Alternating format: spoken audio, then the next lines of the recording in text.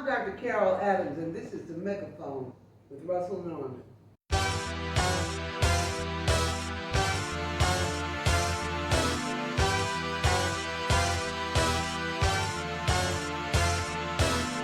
Want some content? I got hot shit, but I'ma leave it to messy to gossip. Smash the like button, drop some comments, share this video, shout out to my subscribers. Let's get it on the next episode, Swahili TV. It's the Megaphone with Russell Norman. Support the channel.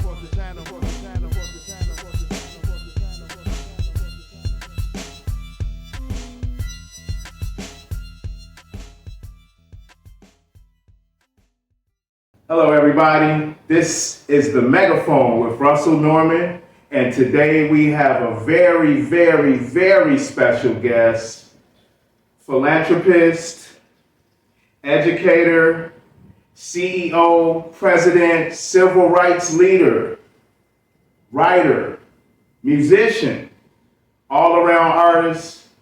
We have the legendary Dr. Carol Adams.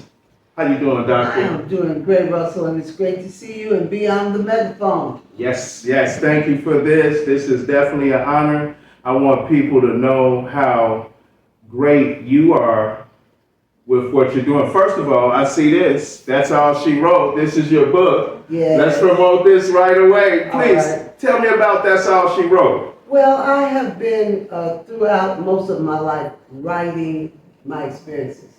This book really is an expose of some of my journals. Okay. So that I didn't sit down to write this. I wrote this about experiences, and I thought I would never share them. But it got to the point where some of my experiences took the form of poetry, and I began to use them in different speeches.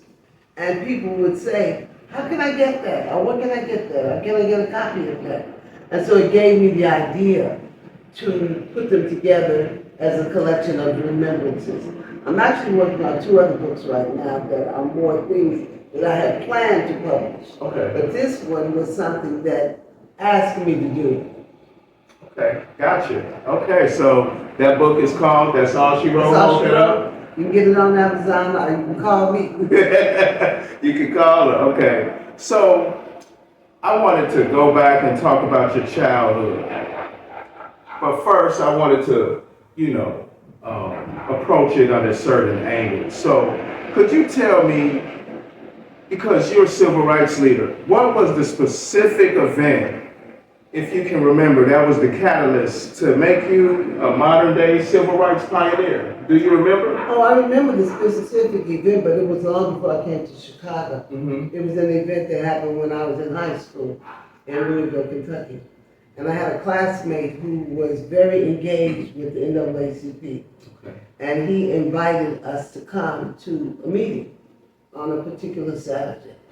And because he was my friend, I decided I would go. Because I had heard things before about people trying to come and organize folk to start doing demonstrating. But I had never really been moved to do so. My father had a particular point of view about that, about us supporting our own businesses and all of that, and not wanting to give our money to somebody who didn't even want us in their business. So you learned that. So his thing was, why would you spend your money with somebody that's going to discriminate against you? And why would you want them to have your money enough to pick it to come in the store? Get your own store. Okay? So I had never been inclined to do that. So I wanted to support my friend, however. We were, the kids in my class, we support each other. So I said I was going to go to the meeting. So that Saturday, I set out for the church where it was going to be. I ended up at a meeting where they are organizing for CORE. They had sent a very skilled organizer, I believe his name was Lynn Holt. CORE. To organize for the Congress on Racial Equality. Now, mind you, my friend had invited me to the NAACP meeting. I don't know until I've been there for about an hour that I'm at the wrong meeting. These meetings were at churches across the street from each other. And I saw people going in one church, so I just went in there thinking that's where I was supposed to be. By the time I realized I was at the wrong meeting, they had captured my attention so much, and I was so taken with what they were doing and talking about, that I didn't leave. And that was the beginning, really, of everything. Was your friend mad at you? No. He like, she said she was coming and she I'm sure didn't that's show what up. he thought at the time. So You know, you ended up in the core meeting. I ended up in What was his meeting? NAACP meeting. Okay, got you. And it was quite different to the Mhm. extent that when we got started with core and demonstrating and everything, the NAACP people were mad at us. Why is And that? they wanted to, because they considered the core people troublemakers. And they thought that what we were doing was making things difficult and hard by being more insistent, being more strident. More militant? Yes, So, were you troublemakers? of course, in the very best sense of the word. Exactly. In the John Lewis sense of the word. Exactly. And Freedom fighter. eventually, everybody came together. Mm-hmm. Okay, so it didn't stay like this. This was some of the old schoolers, you know, from the beginning who always wanted to placate and all of that. Yeah. And as the student movement grew stronger, and then some of the adults that were younger started stepping up, they changed the whole Right. trajectory. Need that And new blood. everybody came together. Mm-hmm. I seen that in COVID. A lot of people, you know, are down on the youth, but man, they tore this mug up and let people know the exact power that the youth has to change Yeah. things. And that was what happened throughout the country. It was Mhm. the young people throughout the country that were demonstrating, sitting in, doing things, all of that. They had the time, they had less to lose, they had a different level of militancy Mhm. than their parents. And believe me, their parents were no joke. I mean, the parents were strong in and of themselves. Right. Everything they had to endure and everything they had been through, I'm not discounting it for an instant. Mm-hmm. But it was our time. Well, speaking of parents, tell me about your parents. Well, as I told you a little bit about my dad, Mm-hmm. I think his point of view came from a lot of things. First of all, he went to Tuskegee Mm-hmm. Institute, and you know they had a strong history of black people doing for self. And he was there during the time of George Washington Carver. Mm-hmm. And he didn't stay there. He and his brother had gone together, and let me tell you how they got there. Mm-hmm. What's his name for everybody? His name was William Clarence Adams. Right They on. called him Chief. Chief, Yes, he was known as Chief. the big chief. Yes, indeed. Got it. So he and his brother wanted to go to the University of Kentucky. Mm-hmm. During this time, there was no Kentucky State University yet. Okay? Right. So they applied, and of course, they were turned down. They had no black people, but this is what the state of Kentucky did. And I learned subsequently that other southern states did likewise. They said, we'll pay y'all's way to a black school. All right? And since the two of them were basically orphans, both their parents were dead, they had not a lot of money. You know, they were selling, my dad was selling newspapers on the street. And they said they would do it, you know, of course. Mm-hmm. So they went to Tuskegee. The Because what only else thing would they? about it is, once they got there, it was a small place. There was no way for them to make money. And my father said, both of us can't stay. One of us has got to go back and make money. And he had this big territory in Louisville that he was making pretty decent money. So he said, I'll go back and you stay. So his brother stayed and subsequently graduated from Tuskegee. He better. School, exactly. Taught school in Birmingham for a minute before moving to Louisville to teach. Mm-hmm. Then at the high school that my parents had gone to, and that I subsequently went to.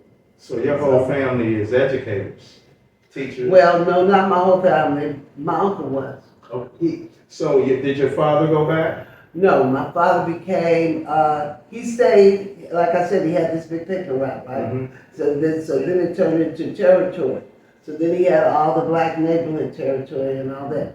So then he got hired by the Louisville Times and the Courier Journal as a circulation manager, as opposed to the contractor he was doing the papers. Right. And the funny thing about it was at first he didn't want to do it because he made more money doing it the other way. Mm-hmm. But my mom talked him into it, you know, it was going to be the suit and the office and this So and he was that. a businessman. So yes, and he went into many businesses during that period.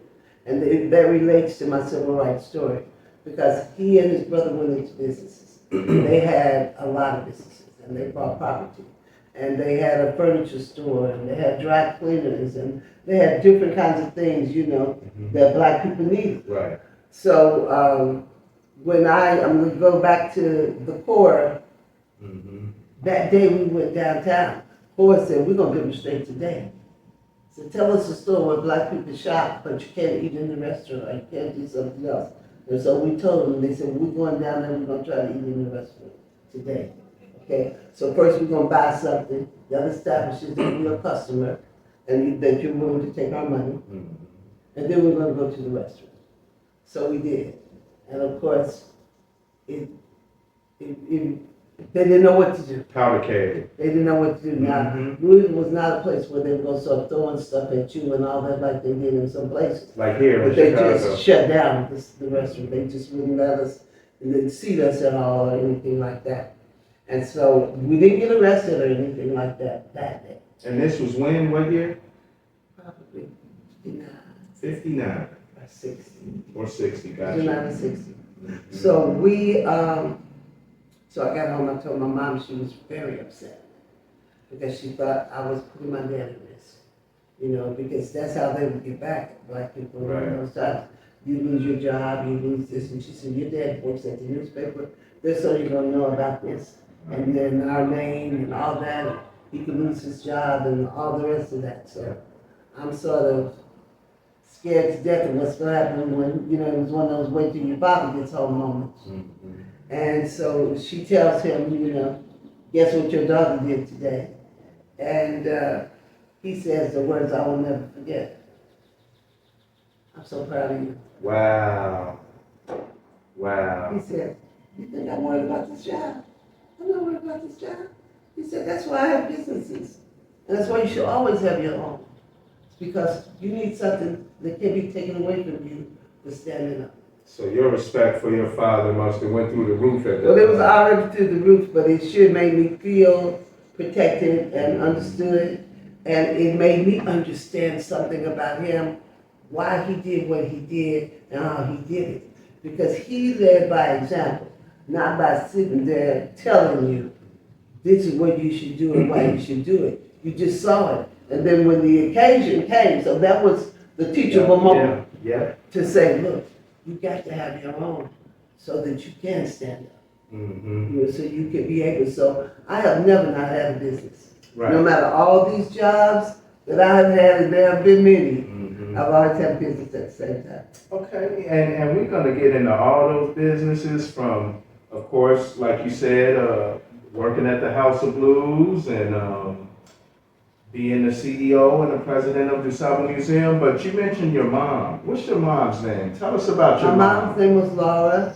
She was a housewife. She stayed home and raised the three of us, my sisters, as well as some cousins. Back in the day, you used to take on relatives. You didn't need the courts or the this, that. If somebody had something else to do, you took care, So she had a sister who had a job where they required her to, as they used to say in the old days, stay on the place. Stay on the place. Exactly. That's when you work for one person, you lived at their house. So her son lived with us. And then we had two other cousins that lived with us when the parents got divorced. So I had the experience of brothers and sisters. Okay.